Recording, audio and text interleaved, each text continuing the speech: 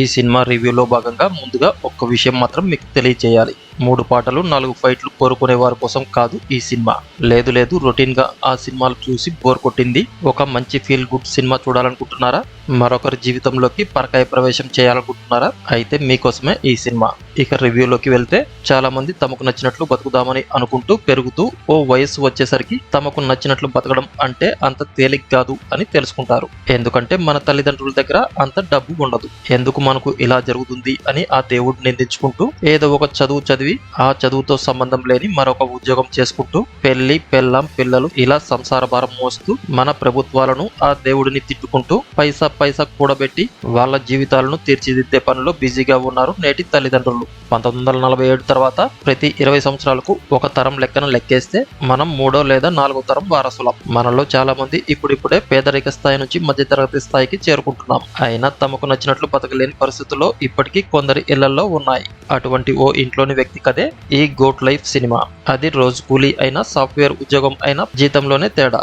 Bengaluru, Chennai, Delhi, Mumbai, America, Australia, Gulf ఇలా ఎక్కడ చూసినా మన వాళ్ళే. తమ వచ్చే తరం అన్న తమకన్నా బాగా బతకాలనే ఆశతో తమ తాము కన్నవాళ్లను వదిలేసి డబ్బులు వేట సాగిస్తున్నారు నేటి తల్లిదండ్రులు. తమ ఊరిలో చేసే పనికి ఓ 5,000 10,000 వస్తే అదే దేశం దాటితే ఓ 20,000 30,000 వస్తాయని అనుకుంటూ తమ ఊరు దాటుతున్నది ఎందరో.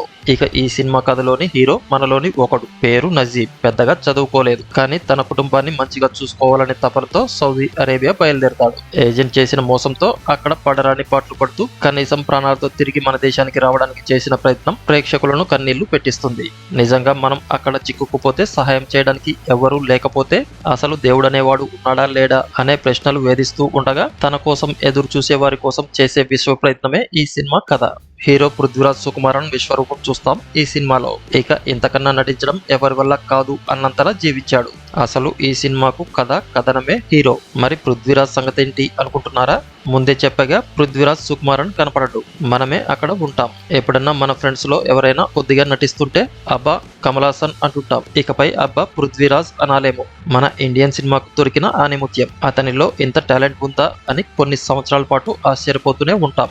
అంతలా ఇంపాక్ట్ క్రియేట్ చేశాడు పృథ్వీరాజ్ సుకుమారన్. ఎలివేషన్స్ ఏమీ లేకుండానే మన హృదయాల్లో టాప్ లో నిలబడ్డాడు. Hats off to Prithviraj Sukumaran. ఇకపోతే ఈ సినిమా దర్శకుడు జాతీయ అవార్డు గ్రహీత బ్లెస్సీ గురించి ఎంత చెప్పినా తక్కువే అవుతుంది. సినిమా చూస్తున్నంతసేపు ఏదో హాలీవుడ్ మూవీ చూస్తున్న ఫీల్ ఉంటుంది. ఈ కథలో హీరో కనపడడు, ఆ స్థానంలో మనమే ఉంటాం. అంతలా కథలో మనల్ని లీనం అయ్యేలా తీశాడు ఈ సినిమా. మన భారతీయ సినిమాను ఖచ్చితంగా ఒక మెట్టును ఎక్కించాడు అనే చెప్పాలి. Hats off Blessy. సత్యజిత్ రే, బాలచందర్, బాపు మణిరత్నంల కోవకు చెందినవాడు. వీళ్ళతో ఎవరు కంపేర్ చేయకూడదు. ఇక ఈ సినిమా నిర్మాతలను మెచ్చుకొని తీరాల్సిందే. ఇటువంటి సినిమాలను తీయాలంటే నిర్మాతలకు చాలా పెద్ద గుండె ఉండాలి. ఇలాంటి వారు కేవలం లాభాలను ఆశించి సినిమాలను నిర్మించరు అని చెప్పవచ్చు. కళాభిమానం టన్నుల కొద్దీ ఉన్నవాళ్ళు వీళ్ళు. 100కో కోటికో ఒక్కరు ఎక్కడో ఎప్పుడో పుడతారు అని చెప్పుకోవచ్చు. ఈ సినిమాను ప్రొడ్యూస్ చేసిన డైరెక్టర్ బ్లెస్సీతో పాటు Jimmy Jean Louis, Steven Adams కి హ్యాట్స్ ఆఫ్ చెప్పి తీరాల్సిందే.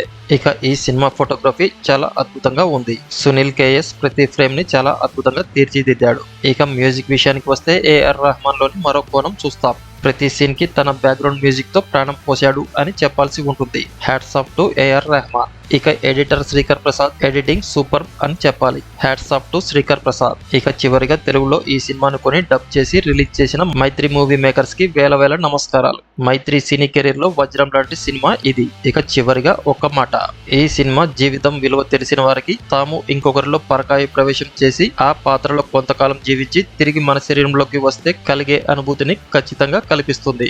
డైరెక్టర్ బ్లెస్సీకి పరకాయ ప్రవేశ విద్య తెలిసినట్లుగా అనిపిస్తుంది. చూసే ప్రతి ప్రేక్షకుడిని హీరో పాత్రతో పాటు పరకాయ ప్రవేశం చేపిస్తాడు. ఈ సినిమాకు నా రేటింగ్ 5/5.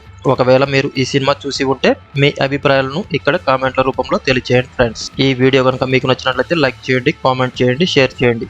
అలాగే ఇటువంటి మరిన్ని అప్డేట్స్ కోసం మన ఛానల్ని సబ్స్క్రైబ్ చేసుకోవడం మర్చిపోకండి.